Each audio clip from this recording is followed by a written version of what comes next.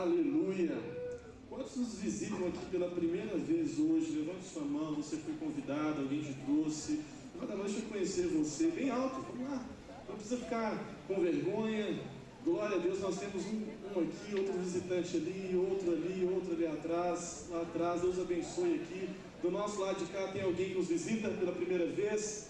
Lá em cima, na galeria, Deus abençoe. Deus abençoe. Aqui do nosso lado de cá tem alguém, gente, que nos visita pela primeira vez? Glória a Deus. Vamos dar um aplauso. Deus abençoe aí lá atrás. Vamos dar um aplauso aos nossos visitantes. Sejam bem-vindos. Bem forte, sejam bem-vindos. Que Deus abençoe vocês. Que Deus possa falar com vocês grandemente nessa noite. Amém? Glória a Deus, irmãos. Deus é bom. Fala para quem está do seu lado assim: Deus vai falar com você grandemente. Em nome de Jesus. Amém. Glória a Deus. Irmãos, vamos orar para que Deus fale conosco. Eu gostaria que você pegasse a sua Bíblia, segurasse ela bem forte e fechasse os seus olhos agora. Nós vamos pedir ao Senhor para que Ele ministre ao nosso coração. Vamos lá, vamos fazer isso. Eu acredito que você veio aqui nesse lugar para escutar uma palavra de Deus, para escutar a boca de Deus falando com você. Amém, irmãos? Então nós vamos orar agora e nós vamos depositar toda a nossa confiança, toda a nossa esperança. Sabe, se existe alguém aqui nesse lugar que pode nos transformar, que pode fazer algo dentro de nós para que a gente saia desse lugar totalmente transformado, essa pessoa é a pessoa do Espírito Santo. É Jesus. Jesus pode fazer isso conosco. Vamos fechar nossos olhos e vamos orar. Pai, obrigado pela sua presença. Obrigado porque nós já podemos te sentir aqui desde o início dessa reunião, Senhor. E a verdade é que se o Senhor não estivesse aqui, esse era o último lugar que nós queríamos estar. Porque se há alguma coisa que nos traz aqui, se há alguém que nos traz aqui, se existe algo que nos atrai aqui nesse lugar, é a sua presença, é o seu poder operando em nós, porque a tua palavra fala que o seu poder operando em nós traz força. Ah, Espírito Santo, nós não queremos estar em mais um culto, nós não queremos ouvir mais uma palavra, mas nós queremos, Senhor, estar no culto. Nós queremos ouvir a palavra que o Senhor tem para nós. Há uma diferença nisso, Senhor, porque quando nós estamos na sua presença, a grande verdade é que tudo se renova, e nós nunca tivemos aqui antes, porque o Senhor faz tudo novo. Hoje nós teremos uma nova experiência. Hoje nós teremos, Senhor, algo novo da parte do Senhor. Eu quero profetizar sobre cada um que está aqui nesse lugar, cada um que chegou aqui talvez triste, abatido, talvez, Senhor, com peso sobre os seus ombros, com jugo, Senhor, talvez desanimado, talvez enfermo, alguém que chegou aqui desesperançoso. Pai, eu profetizo agora que nós receberemos vida do Senhor, nós receberemos vida do Senhor. Aqui não é mais uma reunião religiosa da cidade, mas aqui é o encontro mais precioso que está acontecendo em todo esse território. Aqui é o ajuntamento dos filhos e filhas de Deus, aonde a sua presença é manifestada. Ah, Senhor, diante dessa perspectiva, eu não posso ficar aqui normal. Eu preciso aquecer o meu coração. Eu preciso, Senhor, levantar a minha esperança, erguer o meu espírito, porque eu sei que o meu Redentor vive e Ele se levantará aqui nessa noite e nos surpreenderá. Ah, Jesus, levante sua mão e diga assim: Jesus, diga bem forte: Jesus, me surpreenda aqui nessa noite. Que não seja o pastor, mas que seja o Senhor falando comigo. Aleluia. Abra sua Bíblia comigo em 1 Coríntios capítulo 11, versículo de número 28. Irmãos, nós vamos dar seguimento na série Kryptonita que nós temos falado durante esses dias. Quantos estavam aqui na mensagem da ceia? Diga amém. Deus derramou da sua graça e falou grandemente conosco aqui. E hoje nós vamos continuar essa série. O irmão pode, por favor, colocar o meu PowerPoint. 1 Coríntios capítulo 11, versículo 28. Talvez você está aqui hoje pela primeira vez, ou você não sabe do que está acontecendo durante esses domingos na igreja. Nós estamos numa série chamada Kryptonita. Talvez você fale assim: pastor, mas a Kryptonita não é aquele negócio lá do super-homem, lá do desenho animado, lá do filme. Irmãos, é isso mesmo. Mas pastor, eu não sabia que tinha Kryptonita na Bíblia. Irmãos, não tem. Mas existem muitas coisas similares. E a gente vive um contexto muito parecido com isso. Nós sabemos que o super-homem é um super-herói. O super-homem tem poderes, ele tem facetas dentro do seu desafio ali como super-homem. Mas existe uma coisa chamada Kryptonita. Quantos sabem o que é Kryptonita aqui? Quantos já assistiu o desenho, o filme? Amém. Quantos tiveram infância? Amém, irmão? Eu amava o super-homem. Eu amava o super-homem. Mas eu gostava muito do super-homem. Gostava mesmo. E eu vou contar uma coisa para vocês aqui. Meu pai não está aqui mesmo, eu vou falar. Vocês acreditam que uma vez eu gostava tanto do super-homem, que uma vez meu pai falou para mim que ele era o super-homem? Eu gostava mesmo. Eu era daqueles meninos que acabava o filme e eu ficava lá, né? Achando que era o personagem. E um dia o meu pai entra no quarto e falou: eu sou o super-homem. Eu falei: não, sou sim. Depois vocês perguntam isso para ele. E aí ele vai e entra no quarto. Então só um minutinho, então. E eu, menino, irmão, tinha 6 anos, 6, 7 anos, sei lá. E eu fiquei na porta do quarto, esperando a transformação. E quando ele abriu a porta, ele me pula com o lençol vermelho da cama. Mas eu chorei tanto. Eu chorei tanto, eu amava o super-homem. Mas sabe de uma coisa? O super-homem, ele tinha um problema. Existia uma coisa que o super-homem não podia vencer, que era o poder da Kryptonita. A Kryptonita tirava as forças do super-homem. E mesmo que ele era um grande personagem, mesmo que ele era um herói, mesmo que ele tivesse todos os seus talentos, seus dons, quando alguém chegava com a Kryptonita, já era o super-homem. Já era. Isso parece tanto com a nossa realidade cristã e tanto com a realidade da igreja que nós vamos ler agora de Corinto, porque nós, como filhos e filhas de Deus, somos super-homens nessa terra. Deus colocou em você uma capacidade que o mundo não tem. O poder de Deus habita dentro de mim e habita dentro de você. Só que existem algumas coisas que tiram a nossa força como cristãos. Eu quero falar sobre isso nessa noite. 1 Coríntios capítulo 11, versículo 28. Diz assim: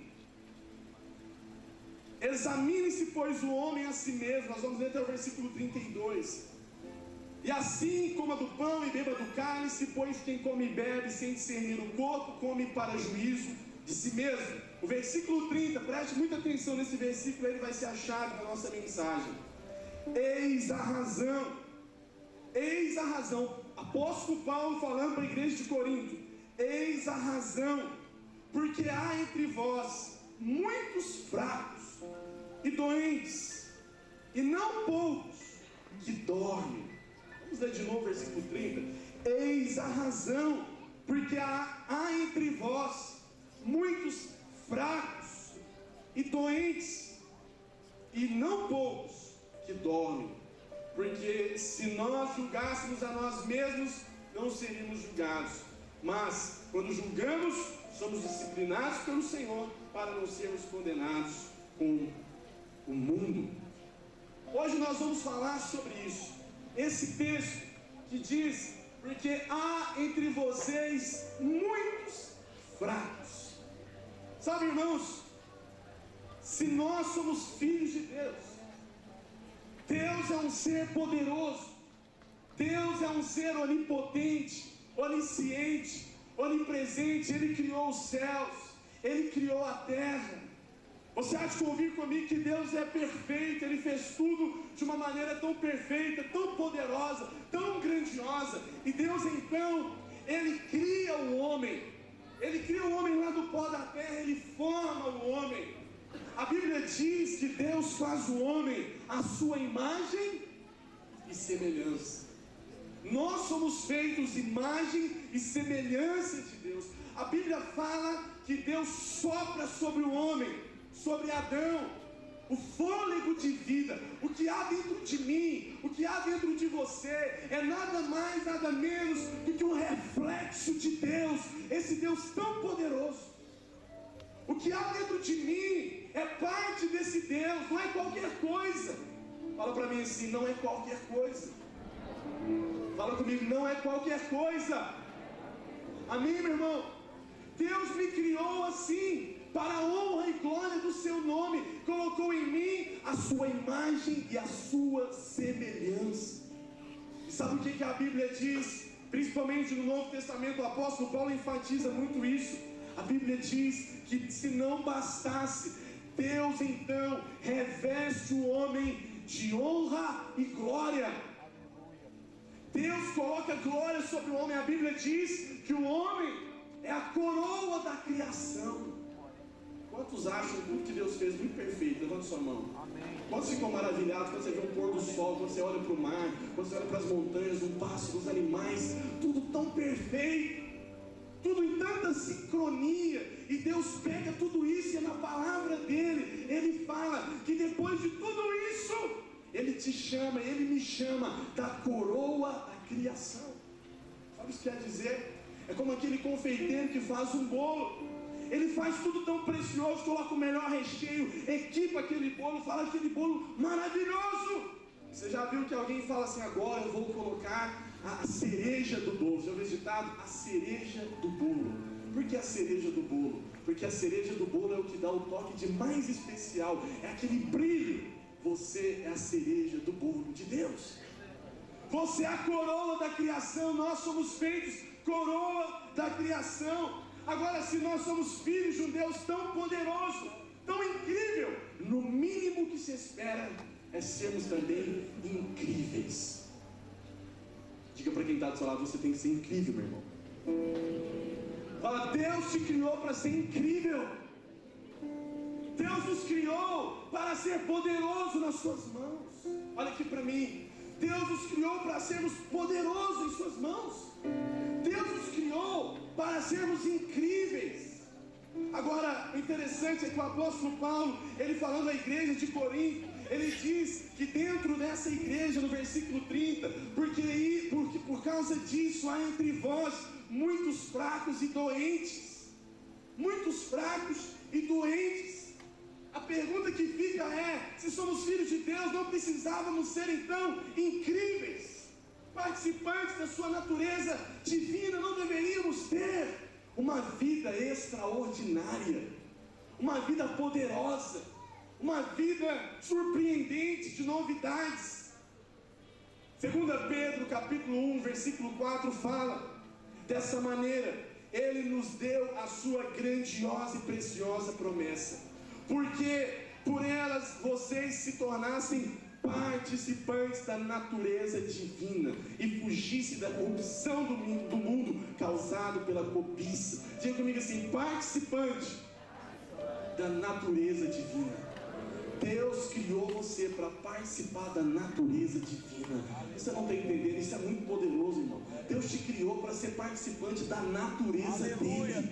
É muito mais do que ser um ser humano. É muito mais do que pagar conta. É muito mais do que trabalhar. É muito mais do que ter filhos. É muito mais do que casar. É muito mais do que ter bens. É muito mais do que ser alguém poderoso nessa terra. É ser participante da natureza de Deus. É sermos filhos e filhas incríveis, poderosos. Se o mundo olha e fala, esse é verdadeiramente um filho de Deus. Isaías capítulo 1 versículo 19 diz, se vocês estiverem dispostos a obedecer, comerão do melhor fruto da terra. Deus nos reservou o melhor, irmão. Somos parte da natureza divina. Agora, claro que sim, que nós precisamos tomar posse disso, mas há uma criptonita espiritual que muitas vezes anula a nossa força, como anulava da igreja de Corinto. A igreja de Corinto era uma igreja poderosa em Deus. A igreja de Corinto era uma igreja preciosa em Deus. Irmãos, o apóstolo Paulo mandou inúmeras cartas. Nós temos registrado na palavra de Deus, são 2 cartas para a igreja de Corinto. Vocês leem a igreja de Corinto, você vai ver que é uma igreja poderosa. Mas o apóstolo Paulo diz que mesmo nessa igreja, uma igreja boa, havia ali muitos doentes, fracos. A igreja de Corinto é um grande exemplo disso. Mesmo agraciada, mesmo com tantos dons espirituais, o apóstolo Paulo afirmava que nela havia muitos fracos e doentes. Muitos problemas, muitas criptonitas roubavam a força daquela igreja. 1 Coríntios capítulo 1, do versículo ao 12 e 13, retrata isso. A Bíblia diz que no meio da igreja de Corinto, preste atenção nisso, no meio da igreja de Corinto havia divisões,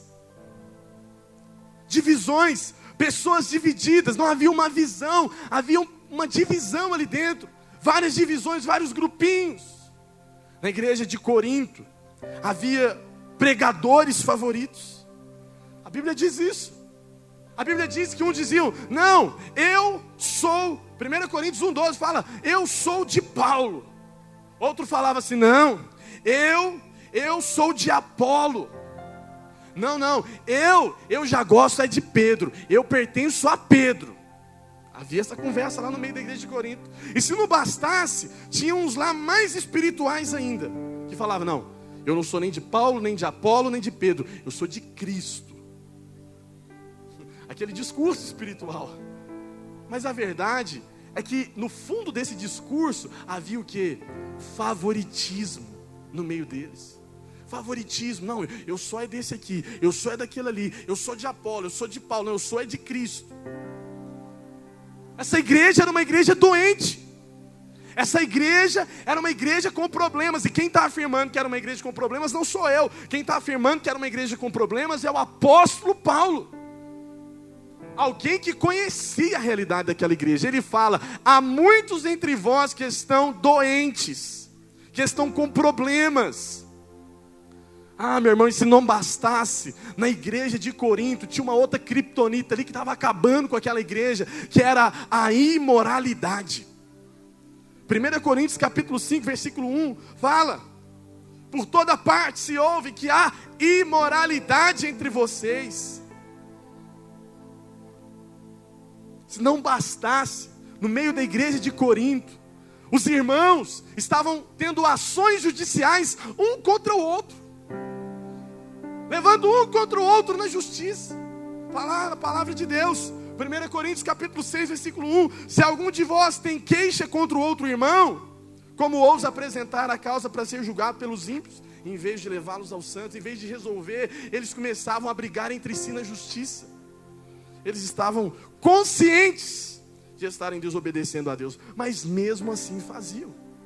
Era uma igreja doente, era uma igreja que estava enfraquecida, ao mesmo tempo que era uma igreja com tantos dons, com tantos talentos, com algo tão precioso de Deus. Havia ali muitos doentes e fracos, porque havia uma criptonita que estava acabando com a força daquele povo, estava tirando a força daquele povo. Sabe, se nós compararmos a igreja de Corinto com a de Jerusalém, com a igreja que havia lá em Jerusalém, a gente vai ver que a igreja primitiva de Jerusalém, ela transformava as cidades inteiras. Sabe, irmãos, havia um poder tão sobrenatural operando através da igreja, nas cidades, que a Bíblia fala que toda a cidade de Jerusalém, toda a Samaria, Jope, Lida, Sarona, ouviam a palavra de Deus. Havia um poder maravilhoso operando naqueles cristãos. Quando a gente compara duas igrejas no mesmo tempo, na mesma época, com os mesmos influenciadores, porém uma com problemas, enferma, doente, e outra que estava transformando até não mesmo a sua cidade, mas as cidades circunvizinhas. A Bíblia fala que os cristãos da igreja de Jerusalém estavam pregando o evangelho por toda a parte, anunciando as boas novas, transformando. Sabe, os cristãos da igreja de Jerusalém, eles andavam pelas ruas de Jerusalém, e as multidões colocavam os doentes deitados, esperando que a sombra deles, como diz, que a sombra de Pedro tocasse. Irmão, você não está entendendo. Em Jerusalém, quando os cristãos iam para a rua, quando os irmãos saíam de suas casas, alguém dizia: está vindo um crente, um cristão lá da igreja. Isso em Jerusalém, lá da igreja ele está vindo. Ele sai para o trabalho tantas horas, pega o aleijado, colocava o aleijado, e aí colocava o aleijado. A hora que o sol batia, que o cristão passava, a sombra dele tocava no aleijado. O aleijado levantava e saía correndo, curado. Olha, está vindo outro crente, ele está indo no restaurante, coloca o enfermo. Colocava o enfermo, lá ia o paralítico andando, só da sombra. Eles esperavam, a sombra deles passava. Esse era o povo de Jerusalém, contrário do povo de Corinto. O mesmo povo, os mesmos influenciadores, a mesma Bíblia, o mesmo Jesus, o mesmo Espírito Santo. Porém em Corinto havia fracos e doentes, em Jerusalém cristãos que estavam transformando o mundo.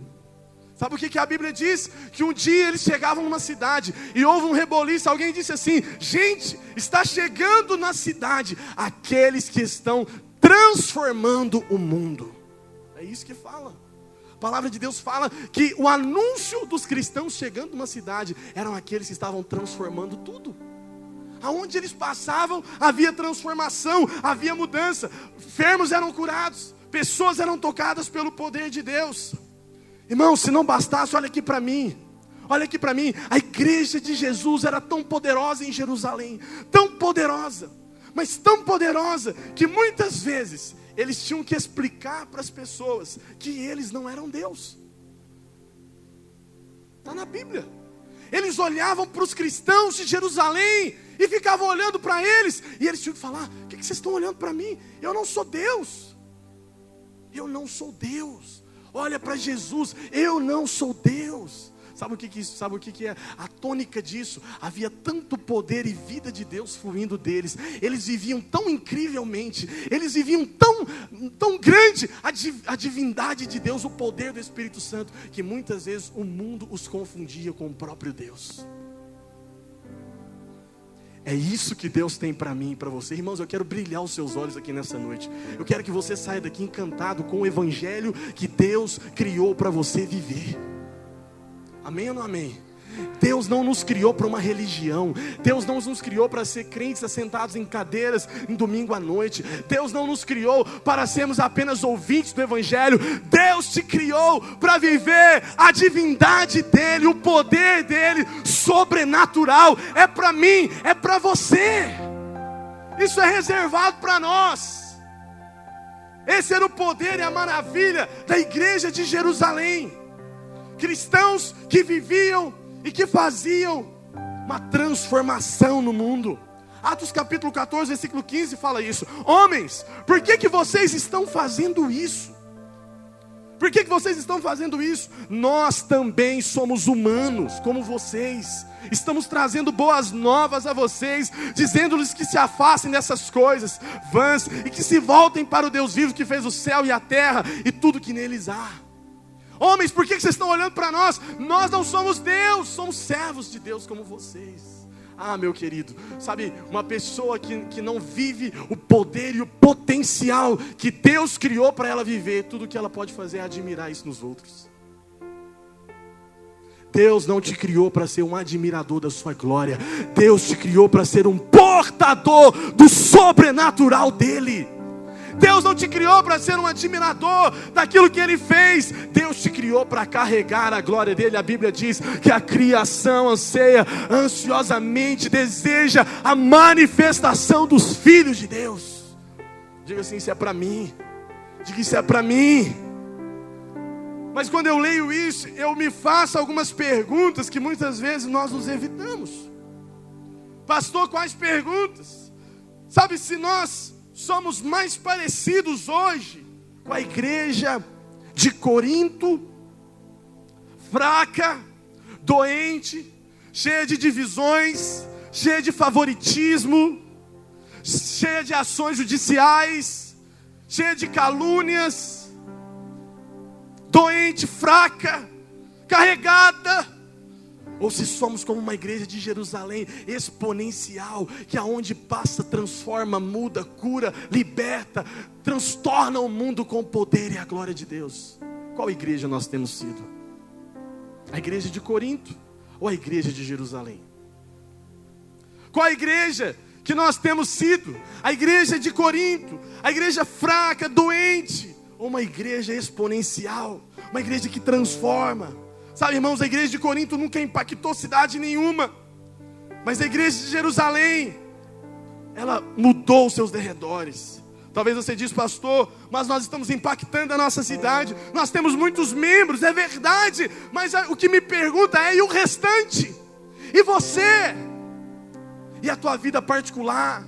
E a minha vida individual? A minha vida particular? O que eu tenho transformado, o que eu tenho mudado, o que eu tenho feito? Até onde estão os nossos limites? Até onde estão as nossas fronteiras? Sabe, nós vimos que a igreja em Corinto, ela estava fraca e doente, e sem impacto. Há muitos anos essa igreja estava vivendo assim. Pode passar o meu slide, por favor. Há muitos anos essa igreja estava vivendo dessa forma. Agora, 1 Coríntios capítulo 11, versículo 30, diz: por isso há entre vocês fracos e doentes, que já dormiam há muitos anos. E o profeta Daniel, ele afirmou, ele disse o seguinte, que o povo que conhece o seu Deus será forte e fará proezas. Diga assim, o povo que conhece o seu Deus será forte e fará proezas. Esse é o nosso objetivo, sermos fortes, de novo, como super-homem, como pessoas incríveis, que carregam a divindade de Deus. Deus nos criou para isso, meu irmão. Há muitos anos o profeta Daniel afirmou isso, que o povo que conhece o seu Deus seria forte. Seria forte. Esse é o nosso objetivo. Agora pergunta então, pastor, qual é a chave? Sabe qual é a chave? Uma aliança. Conhecer a Deus. Uma aliança. Sabe, essa palavra conhecer, no hebraico, ela quer dizer iada. Iada. Pastor, mas o que quer dizer iada no hebraico? Significa conhecer intimamente. O Velho Testamento, ele todas as vezes que fala do relacionamento, da relação entre o homem e a mulher, o termo que se usa é iada. Conhecer intimamente. Ou seja, quando Isaías fala, o povo que conhece iada o seu Deus, que conhece intimamente, será forte, será exponencial, será usado por Ele. Conhecer intimamente, a mesma palavra que Deus usa ao se referir, quando Ele quer conhecer o nosso coração, bem lá dentro, bem no íntimo, meu irmão, bem no íntimo, onde ninguém sabe. Em Gênesis capítulo 4, a palavra diz que Adão teve relação, ou conheceu iada com Eva, e ficou grávida. Ou seja, o mais íntimo dos dois seres humanos, o mais íntimo que os dois podem ir, ser iada, conhecer intimamente um ao outro. É a mesma palavra que Deus usou na Bíblia, lá em Gênesis, lá em Adão. Conhecer iada, intimamente. E é interessante que essa palavra que Deus usa para especificar Adão e Eva.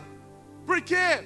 Porque Deus, ao longo de toda a Bíblia, a imagem do casamento, a imagem da união com o homem e a mulher, é usada para ilustrar o seu relacionamento com o homem. Talvez você pense que o casamento era simplesmente para o homem não ficar sozinho, e não era bem isso, irmão. Na verdade, o casamento, ele desde Gênesis, ele é símbolo da união de Deus com o homem. Sabia disso? Desde Gênesis. Lá em Gênesis, quando Adão toma Eva para sua companheira, e a Bíblia diz que ele conhece Eva iada, intimamente, se tornando uma só carne com Eva. O que Deus estava querendo mostrar ali era o seu relacionamento dele para com o homem. Deus sempre compartilha separa. Deus sempre ilustra o casamento entre Deus e o homem também. É assim que Deus quer nos conhecer. Ao longo do tempo, a imagem do casamento simboliza a união para conosco. Nós e Deus. Por todo o Antigo Testamento, Deus fez declarações desse tipo. Por exemplo, a Bíblia diz que ao conhecer, olha o que diz em Isaías 54:5, ao conhecer o seu Criador é o seu marido. Isaías 54, versículo 5. O seu Criador, quem é o Criador? O Deus Todo-Poderoso. O seu Criador é o seu marido. Paulo, ele diz no Novo Testamento: por essa razão, o homem deixará pai e mãe, e se unirá à sua mulher, e os dois tornarão uma só carne. Este é o mistério profundo. Olha aqui para mim, irmãos, que mistério profundo. Casamento é tão simples, mas o que o apóstolo Paulo está falando aqui é que o mistério profundo é o relacionamento dele, de Deus, com o homem. Esse é o mistério profundo. Refiro-me, porém, a Cristo e à igreja. Deus quer me conhecer, Deus quer conhecer você intimamente, Iada, como Adão e Eva, como homem e mulher, como marido e como esposa, como uma união, como uma só carne. Deus quer me conhecer. Isaías diz que o homem que conhece a Deus é poderoso, é incrível, não tem limites. Alguém que conhece a Deus e deixa ser conhecido por Ele. O casamento é uma ilustração de como Cristo e a igreja são um. Jesus é como noivo e a igreja é como a noiva. Há entre Jesus e a igreja uma aliança de casamento. Você vai casar com Jesus nas bodas do Cordeiro. Você é a noiva de Jesus. Ele é o seu noivo. Ele quer me conhecer. Ele quer conhecer você intimamente. Intimamente, para sermos poderosos nele. E com isso em mente, dentro dessa reflexão, dentro desse pensamento de Cristo como noivo, como afirma a palavra de Deus, e nós, igreja, como a noiva, que Ele virá buscar, eu quero convidar você agora a focar toda a sua atenção, tirar a sua atenção da Bíblia, do fulano, do Beltrano, e focar toda a sua atenção agora num vídeo que eu vou passar agora, dessa série. E logo depois eu vou fazer uma breve explicação desse vídeo. Preste atenção nesse vídeo. Preste bastante atenção. Pode colocar para nós, por favor.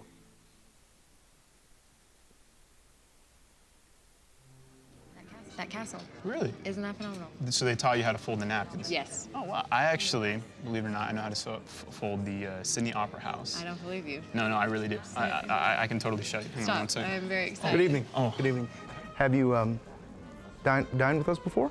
Yes, actually, this is our favorite restaurant. Welcome back. No, babe, I'm pretty sure we've never been here before. No. That's weird. Really? Yeah, no, we haven't. Oh, hold that thought just 1 second. I'm really sure. sorry. Oh, no problem. Yeah. So what would you like to order this evening? Yes, sir. So, you know what? I think I would like to have that salmon. That sounds absolutely wonderful. That's one of my favorites. Oh, great. Yeah, you'll like that. And for you, ma'am? Oh, I will have the filet mignon and the New York strip and the 8-ounce sirloin, all medium rare, please. Yes, fantastic. That is a great choice. Thank you. I will get those right out to you. Babe, that's kind of a lot of food, isn't it? I'm not just ordering for one, you know. Wait, are you telling me that are we expecting? Yeah, he'll be here soon. It's a boy? Oh my. Yeah, of Oh my gosh, course. babe. Okay, this has got to be. There one he of is the... now. Wait, Hi. what? Oh, bonjour. Sorry, I'm late. I ordered for you. Oh, thank you. You know me so well. I'm sorry. Do you two know each other? Do you Yeah, he is my boyfriend from high school. Your boyfriend from high school. Babe, can I ask you what your old boyfriend's doing? Did I come at a bad time? No! I really don't see the problem here, Justin. Yeah, I really don't see the problem here. Okay, who are you? Honey, stop. You're embarrassing me. I just wanted us to have one nice night at our favorite restaurant. Okay, first of all, I've never been to this restaurant. And second, what is going on? Hey, babe, sorry I'm late. Did I miss anything? Okay, seriously? Hey, you... All right, you take your hand off her, and you... What is going on? Just sit down, man. It's all right. It's all right.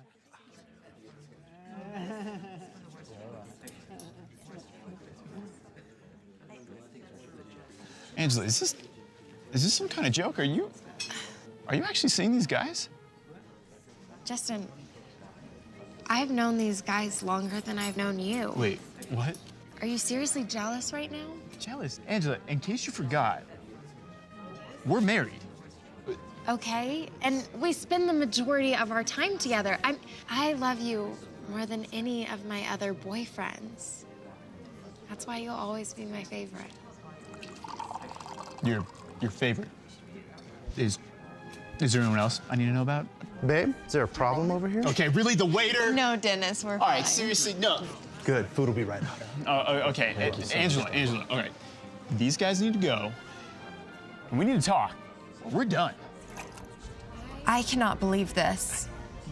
You are being so selfish. Selfish. Why do you always have to make everything about you? You ruined our favorite restaurant.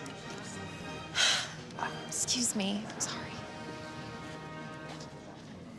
Yeah, I've still never been to this restaurant. Bon appetit. Thank you, Dennis. The salmon is delightful. So, did you propose to her here too? Okay.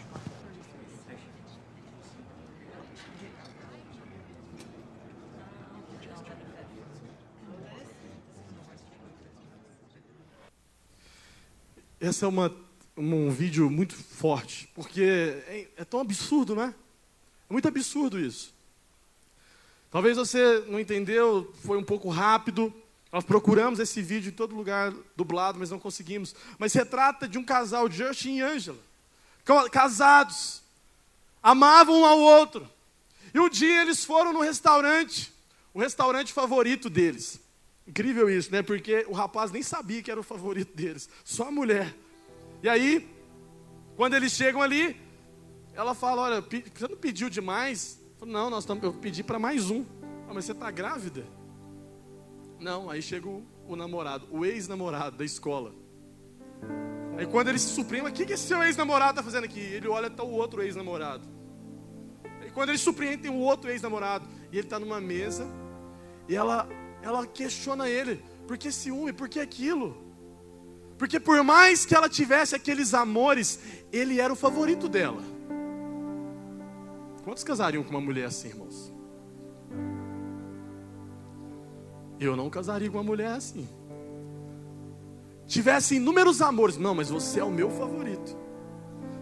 Eu tenho o amor fulano, o beltrano, o ciclano, o outro, mas você é o meu favorito. Um absurdo isso, não é verdade? É ignorante esse vídeo. Pensar que alguém pudesse pensar assim. E o rapaz fica irritado. E quando ele fica irritado, quem levanta da mesa não é ele, é ela. Porque ela não entende aquilo. Por que isso? Isso é tão normal. Por que você está achando ruim comigo? Irmãos, ele era o favorito. 90% de lealdade era dele. Só 10% que não. Quantos casariam com uma mulher assim? Mas é uma boa mulher, ela é bonita, ela fala bem. Mas acho que ninguém aqui quer querer. Sabe o que é interessante? Você pode ter inúmeros namorados. Jesus, ele não vai pegar uma noiva, levar uma noiva para as bodas que tem porcentagens de lealdade dividida. Jesus não vai buscar uma noiva que tem outros namorados. Jesus não vai buscar uma noiva que, por mais leal que ela seja, por mais que ele seja o favorito, a lealdade está dividida.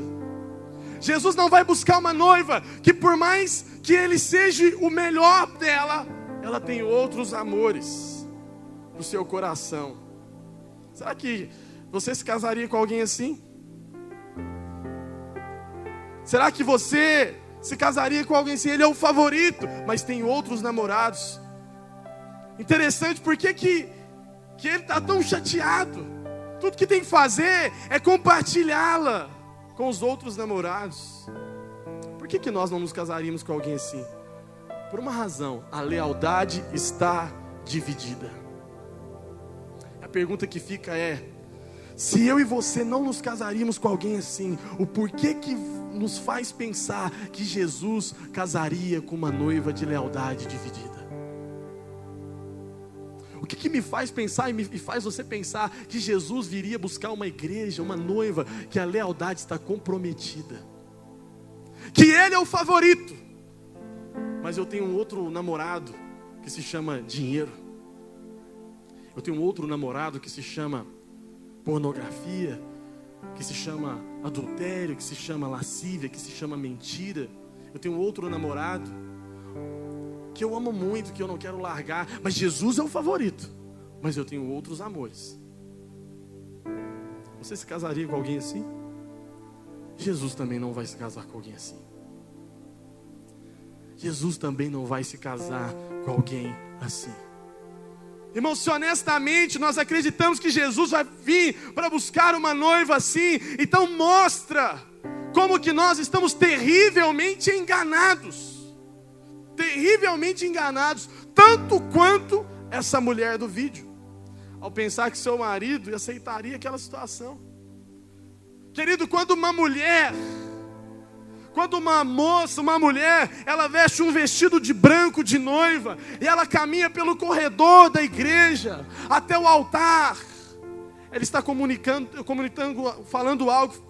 algo, ela está dizendo para todo mundo: adeus a todos os homens, adeus a todos os amores dessa terra, por causa daquele que está me esperando lá no altar, o meu coração é dele. É isso.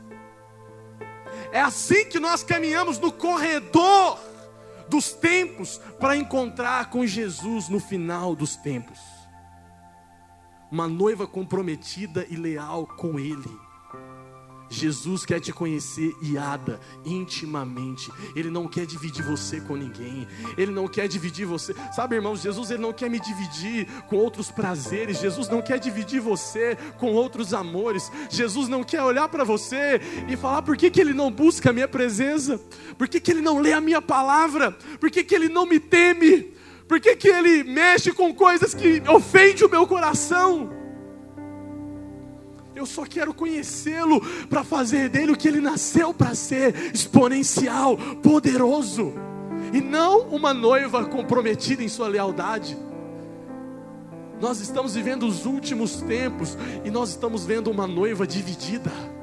Uma noiva com amores e amores, e não uma noiva com um amor. Nós estamos vendo uma noiva com um favorito. Jesus não é o favorito. Jesus é o único a ser amado. Jesus é o único a ser adorado. Jesus não quer ser dividido com ninguém. Jesus não quer ser dividido com nada. Jesus não quer ser dividido, meu irmão, com a preguiça, com o desânimo, com os vícios. Jesus não quer ser dividido com o adultério. Jesus não quer ser dividido com a pornografia. Jesus não quer ser dividido com a sua casa, com o seu descanso, com o seu direito. Jesus quer você por completo.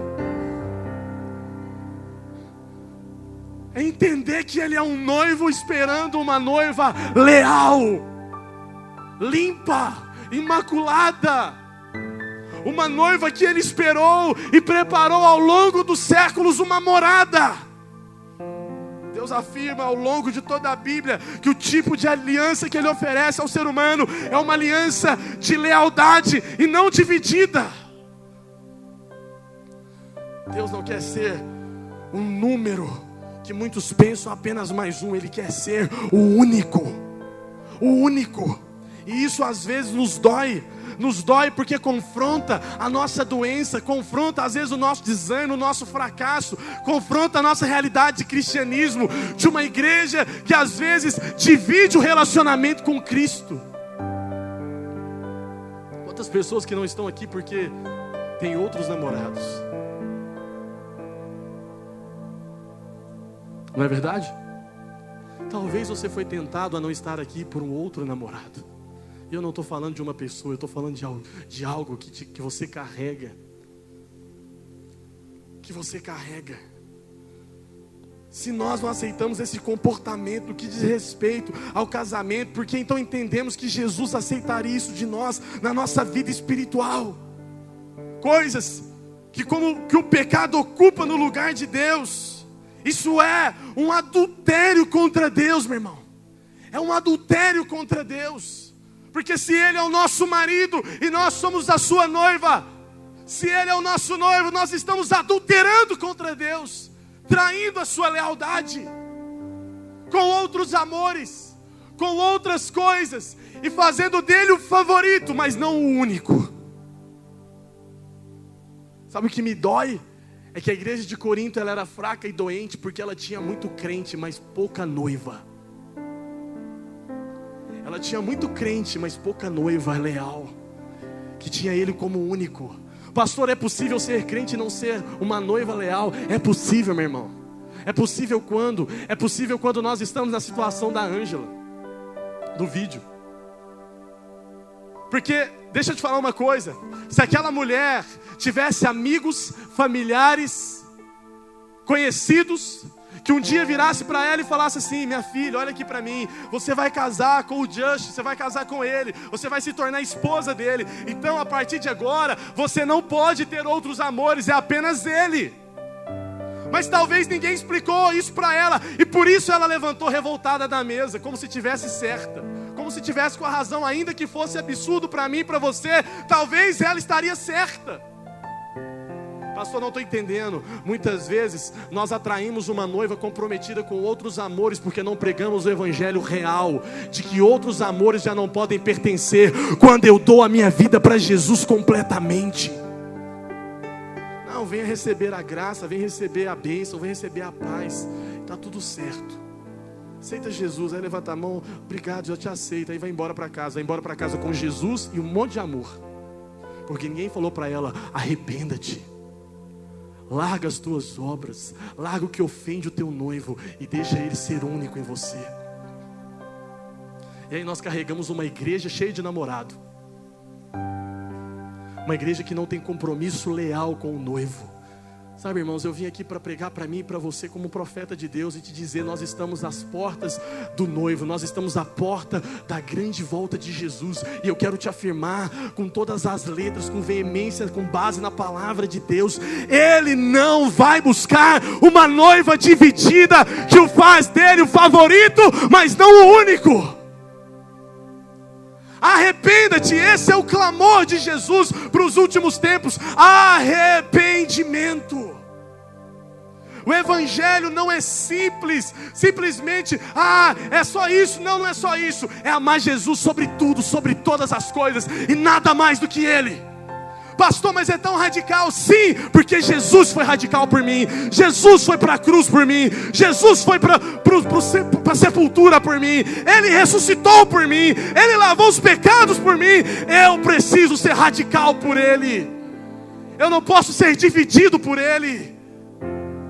Eu não posso ser dividido, pastor, mas então é muito difícil. Não é difícil, é completo. O evangelho é íntegro, o evangelho é total, o evangelho é todo, o evangelho não é por parte. Aí eu sou meio crente, aí eu gosto um pouco de Jesus, eu gosto da igreja, eu gosto da pregação. Jesus não está procurando fã-clube, Jesus está procurando uma noiva.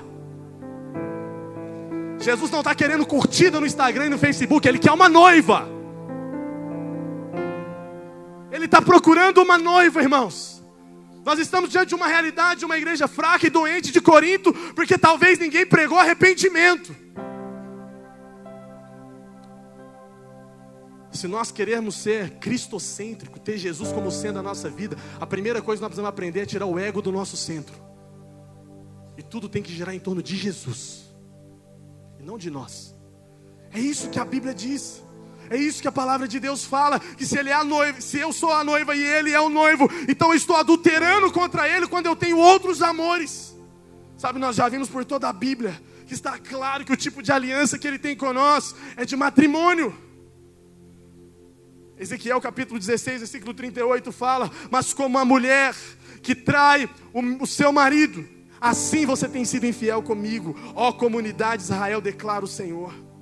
Eu a condenarei com castigo para mulheres que cometem adultério. Olha o que a palavra de Deus está falando. Tiago é bem claro, meu irmão, ao abordar esse assunto. Tiago capítulo 4, versículo de número 4 e 5 diz o seguinte: adúlteros, vocês não sabem que a amizade com o mundo é inimizade com Deus? Quem quer ser amigo do mundo se faz inimigo de Deus. Ou vocês acham que é sem razão que a Escritura diz que o Espírito que Ele fez habitar em nós tem fortes ciúmes? Que palavra forte, irmãos. Tiago está dizendo que um cristão cuja lealdade está dividida entre Deus e o mundo é um adúltero. E nós julgamos tanto o adultério, mas às vezes estamos adulterando contra Deus. Estamos traindo a nossa lealdade com Deus. Julgamos o adultério, mas nós estamos adulterando espiritualmente contra Deus, quando dividimos Ele com outros amores. Não sou eu que estou falando, é a palavra de Deus diz: aquele que é amigo do mundo faz inimizade com Deus. Não, pastor, mas deixa eu só ser amigo do mundo, deixa eu só...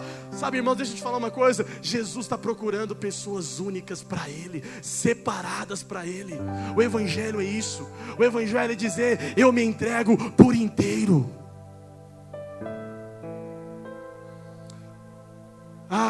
Eu tenho medo daquele dia que nós encontrarmos com Ele e Ele olharmos para nós e sondarmos todo o nosso coração diante dEle. Sabe, há muitos pecados que um cônjuge ele pode cometer contra o outro. Talvez uma mentira, uma gritaria, uma grosseria, um roubo, ainda que seja ruim, pesado, prejudicial, mas nenhum é tão doloroso, tão forte quanto o adultério. Só que, como muitos hoje em dia, Ângela não via nada de errado na sua infidelidade.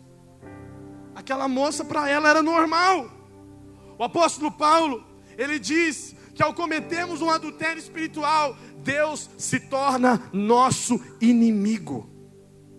Nós nos fazemos inimigos de Deus. Nos colocamos numa posição contrária de Deus. Mas ao contrário, se tornarmos inimigos, nos tornamos amigos do mundo, nos tornamos inimigos de Deus. Irmãos, Deus só nos quer dar o melhor, fazer de nós aquilo que Ele nos criou para ser, incríveis e exponenciais, poderosos em suas mãos. Nós precisamos afirmar esta verdade que está no fundo do nosso ser, que Deus nos criou para isso. Agora, entenda uma coisa: quando nós olhamos para isso, nós vemos que o mundo, ele oferece tudo aquilo que é de melhor, aparentemente. Tiago capítulo 1, versículo 16 diz: meus amados irmãos, não se deixem enganar. Toda boa dádiva, todo dom perfeito vem do alto, descendo do Pai das luzes, que não muda. Sabe o que Deus está falando aqui na sua palavra? Que o mundo, ainda que tenha aparência, toda boa dádiva vem de Deus. Não existe nada bom fora de Deus. Ainda que você se alegre hoje, o mundo te faz chorar amanhã. Ainda que o mundo te dê momentos de prazer hoje, amanhã ele puxa o seu tapete. Ainda que o mundo te faça aplaudir coisas incríveis hoje, falando: tá vendo? Amanhã você está sofrendo por a mesma coisa que você aplaudiu, porque do mundo nada é bom. O sistema não te oferece nada bom, mas Tiago diz que toda boa dádiva vem de Deus. Provérbios capítulo 14 fala: há caminhos que parecem certo ao homem, mas o final conduz à morte. Cuidado com métodos sedutores. Cuidado com o mundo. Ele pode nos separar de Deus e tirar a nossa força e o nosso poder. Sabe, irmãos, talvez se nós estamos sendo tão fracos e doentes, é porque talvez não estamos conhecendo intimamente Deus como Ele queria que nós o conhecêssemos. Ou Ele está sendo o nosso favorito, mas não está sendo o nosso único. Deus não quer ser o número 1. Ele quer ser o único. Pastor, mas eu coloco Deus em primeiro lugar. Mas você não coloca Deus em único lugar. Ah, mas não existe uma escala onde Deus é o primeiro, família é o segundo, a igreja é o terceiro. E aí, sabe aquela escala que para mim não foi Deus que montou? Porque uma vez que alguém nasceu de novo, ele é exclusivamente de Deus, ele é nova criatura. O mundo para ele já passou, as coisas de velho se passaram. Agora não tem o número 1, número 2, número 3, é Jesus. E tudo está em torno de Jesus. O meu trabalho, a minha família, a minha casa. Eu não saio da minha casa segunda-feira para ser um trabalhador. Eu saio um cristão que está indo para uma missão no trabalho. Eu saio como cristão. Eu não tenho o número 1, número 2, número 3. Eu sou de Cristo. Ele é o centro. Tudo converge nele. A transformação na minha vida, na sua vida. Uma noiva que não tem amores, ela tem o único. Que alguém olha para ela e fala, ele já não vive mais. De fato, Jesus vive nele. Ah, irmãos, eu seria um mentiroso se eu chegasse aqui agora e falasse, irmãos, eu atrasei para o culto porque eu estava na BR. E uma carreta com inúmeras toneladas passou em cima de mim, mas eu cheguei a tempo. Falei isso aqui sexta-feira. Alguém pode dizer, pastor, mas eu não acredito nisso, porque se uma carreta te pegou, o mínimo que você podia estar era no hospital arrebentado. E tem gente que ainda tenta me convencer que encontrou com Deus do mesmo jeito que ele está antes de encontrar.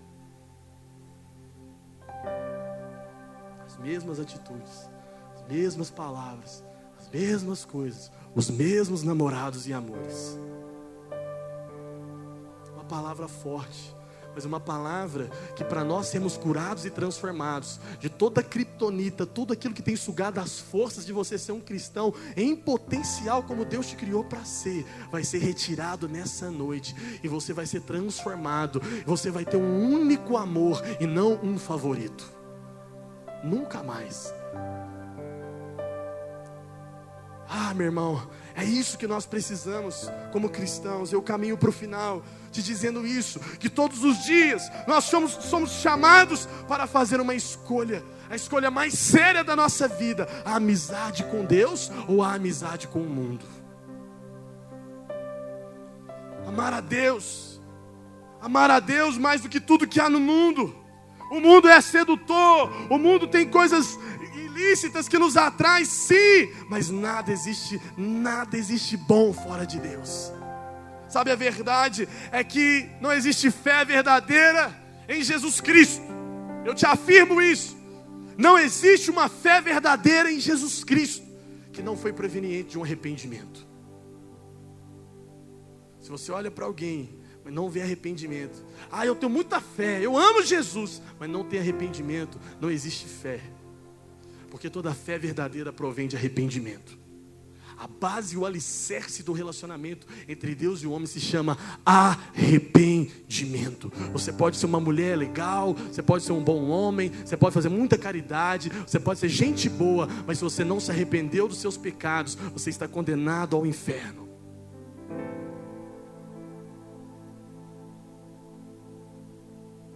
Mas uma vez que você olhar para Jesus e dizer, a partir de hoje você é o meu único e suficiente Salvador. Você não é o meu favorito caminho, você não é a minha favorita vida, você não é o meu favorito amor, você é o meu único e suficiente Salvador. Eu me arrependo dos meus pecados, dos mais cruéis, das piores mazelas que eu tenho cometido, de tudo que eu fiz. Ainda que você for o pior dos pecadores do universo, o mais ruim, o mais terrível dos pecadores, Jesus vai te cobrir com o sangue dele e te resgatar do império das trevas para o reino da poderosa luz de Deus, irmão. você nunca mais vai ser o mesmo. Você vai ser transformado. A religião te dá um acesso de bondade, de paz e de um monte de coisa. Jesus talvez te oferece um caminho estreito e talvez de um arrependimento genuíno que nos faz até mesmo olhar para nós e revermos o quanto somos ruins. Mas eu te garanto uma coisa: aqui existe vida eterna. Aqui é apenas uma ilusão. Jesus não é uma religião. Jesus é o único caminho. Religião não salva ninguém, igreja não salva ninguém. Jesus transforma o homem e salva o homem. Ele quer ser o seu único amor, não o seu favorito, não o meu favorito. Quando nós entendermos isso, nós vamos parar de ser uma igreja de Corinto, uma igreja doente e fraca, que tem favoritismo no meio dela. Eu sou de Paulo, eu sou de Pedro, eu sou de Cristo, eu sou de Apolo. Uma igreja que vai parar de ficar se acusando, uma igreja que vai parar de ter divisões, mas uma igreja que vai amar Jesus e que vai ser e cumprir o seu papel poderoso na terra. Ser uma igreja transformadora, que vai entrar pelos lares de paz como vocês têm entrado, e transformando vidas, e colocando o reino de Deus ali dentro, levando a luz do Senhor, curando os enfermos, operando sinais, porque houve uma transformação genuína de entendimento que Jesus não é o favorito, Ele é o único. Sabe o que mais me alegra? É que você pode estar chegando aqui hoje pela primeira vez, ou você pode ser um cristão muito antigo na igreja. Isso está disponível para mim e para você, hoje mesmo. Vamos ficar de pé no nosso lugar? Quero orar com você agora. Quero orar com você.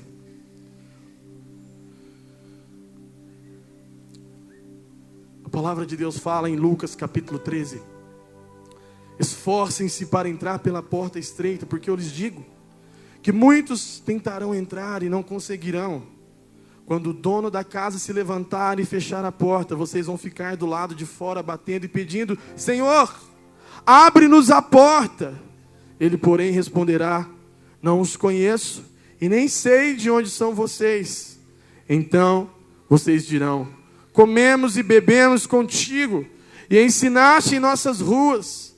Mas ele responderá: não os conheço e nem sei de onde são vocês. Afastem-se de mim, todos vocês que praticam o mal.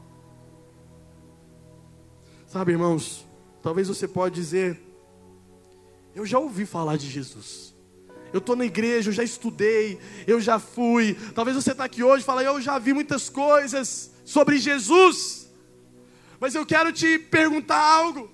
Será que naquele dia, quando você bater a porta, será que você vai ser um desses que Jesus vai falar: olha, eu não te conheço? Porque ouvir de Jesus é uma coisa, ver Jesus é uma coisa, se assentar no ambiente onde Jesus está é uma coisa, mas conhecer Jesus e ser conhecido dele é outra totalmente diferente. Muitos têm uma religião, mas poucos têm um único amor.